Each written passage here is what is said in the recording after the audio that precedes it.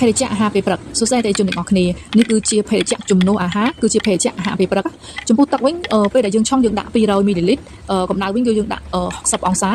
ភេទជ្ជៈមួយនេះគឺមានរសជាតិឈ្ងុយឆ្ងាញ់មែនតើរសជាតិវិញគឺជារសជាតិផ្កាកុលាបចំពោះទឹកមួយនេះវិញគឺទឹកសម្រាប់យកមកឆុងតែបៃតងចំពោះទឹកយើងដាក់បរិមាណ600មីលីលីត្រកម្ដៅវិញដាក់40អង្សាហ្នឹងហើយកម្ដៅគឺទឹកត្រជាក់អ៊ុនណាពេលដែលអ្នកទាំងអស់គ្នាអតិថិជនទាំងអស់គ្នាឆុងហ្នឹងហើយសូមមានការប្រុងប្រយ័ត្នហ្នឹងហើយដូចថានៅលើសភៅនិងលើប្រអប់គឺគេមានប្រាប់ពីរបៀបឆុងហ្នឹងហើយប្រមាណមីលីលីត្រហើយកម្ដៅប្រមាណអង្សាយើងមើលតាមហ្នឹងអញ្ចឹង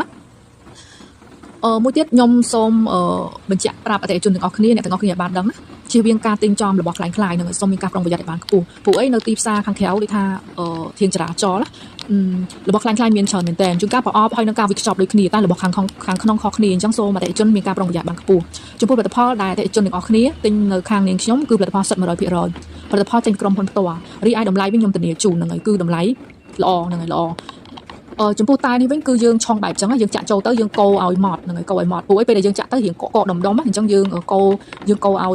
ដុំហ្នឹងដូចថាឲ្យវាបែកអញ្ចឹងឲ្យស្មើកូរស្មើអញ្ចឹងចំពោះផលិតផលនេះគឺផលិតផលជំនួសអាហារមួយខែយើងញ៉ាំតែម្ដងឯងមួយប្រអប់ហ្នឹងគឺមាន5ថ្ងៃអញ្ចឹងពេលដែលយើងញ៉ាំផលិតផលជំនួសអាហារក្នុង5ថ្ងៃហ្នឹងគឺយើងផ្ដាច់អាហារដូចជាបាយម្ហូបអាហារផ្សេងនំអីហ្នឹងគឺយើងអាចញ៉ាំបានទេក្នុង5ថ្ងៃនេះគឺយើងផ្ដោតទៅលើញ៉ាំផលិតផលនេះតែមួយមុខគត់ហ្នឹងហើយយើងញ៉ាំទឹកឲ្យច្រើនចំពោះទឹកវិញក៏យើងមើលតាមសុខភាពយើងដែរថាគីឡូយើងប្រហែលយើងត្រូវ